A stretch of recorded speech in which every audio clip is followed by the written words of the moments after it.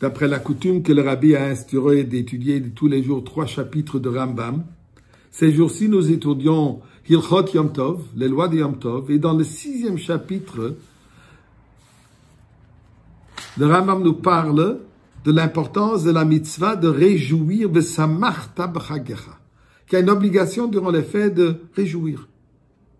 Shabbat, il y a une mitzvah de l'honorer, mais pour Yom Tov particulièrement de Samarta b'chagecha. Et le Rambam nous explique c'est quoi cette simcha.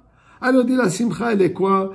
D'assurer que les enfants, les smoachu banav chol beto korol achat karaouloy, de réjouir sa famille, sa femme, ses enfants, toute sa famille, tel qu'ils, chacun d'après ses capacités. Et il dit, par exemple, les enfants, on leur achète des bonbons, on leur achète des noix, on leur achète toutes sortes de petits délices.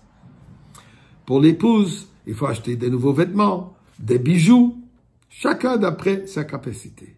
Et les hommes, nous dit Rambam, ochlim basar veshotin yain, un bon plat de viande, avec un bon verre de vin, she'en simcha el babasar ve'yain. Il n'y a pas de simcha sans de la viande et du vin.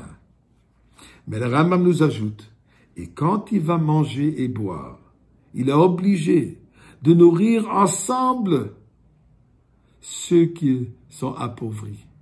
La guerre, la yatom, almana, imshar ha'aniyim ha'umlalim, les pauvres personnes qui n'ont pas de quoi se permettre de fêter la fête.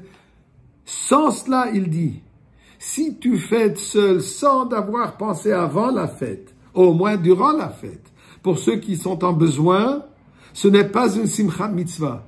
C'est une simcha, dit le Rambam, créso de ton estomac. C'est pas une mitzvah. Une mitzvah est vraie quand elle inclut le prochain, les démunis avec toi. Correspond à ce que nous avons parlé hier, la mitzvah de Bikurim. Quand est-ce qu'on a amené les prémices? Quand chaque juif, après 14 ans qu'on est arrivé en Eretz Israël, et chaque juif a déjà reçu sa part de terre pour pouvoir cultiver sa terre, là on vient au Beth Amikdash, on dit à Kadosh Baruch Hu, je réjouis avec tout ce que tu m'as donné. Puisque pour réjouir ce que Dieu nous donne, n'est possible que quand on inclut le prochain avec soi. Ça me rappelle une anecdote. 2 frères, un malheureusement qui n'a pas tellement réussi financièrement dans sa vie. Un deuxième frère, la grande réussite. Jour vient où le frère, ce qu'on va l'appeler le shlemaz, celui qui n'a pas tellement réussi, va marier sa fille. Il aurait tellement vu que son frère, cette grande vedette, soit parmi ses invités. Mais il n'a pas le temps pour venir fêter avec son frère, il est trop occupé avec ses affaires. Le père intervient, envoie une lettre à son fils, il lui dit, mon fils, j'ai une offre à te faire, tu viendras en mon honneur pour fêter avec ton frère, je te paye toutes les dépenses que tu auras pour cette fête, pour ta venue. Nous, une offre comme ça, finalement son père lui demande, son frère, c'est quand même son frère. Il vient, il habille sa famille dans les meilleurs vêtements. Il se prend meilleure chambre d'hôtel pour soi-même, pour ses enfants. Tout le monde est bien habillé, tout le monde ne manque de rien. Et Baruch Hashem, tout le monde est heureux. Apparemment.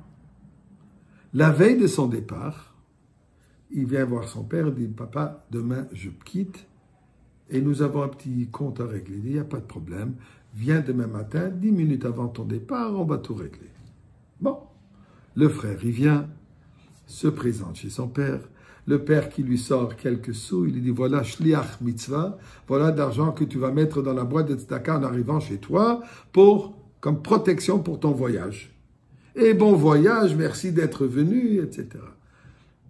Le fils regarde son père, papa, on a eu un arrangement. Tu m'as promis que tu vas me couvrir tous les frais. J'ai plusieurs frais pour le voyage, les habits, les bijoux, la chambre d'hôtel et tout cet argent que j'ai investi dans ce voyage. Tu m'as promis que tu vas me rembourser. C'est pas l'argent, mais je sais que tu es un homme de parole.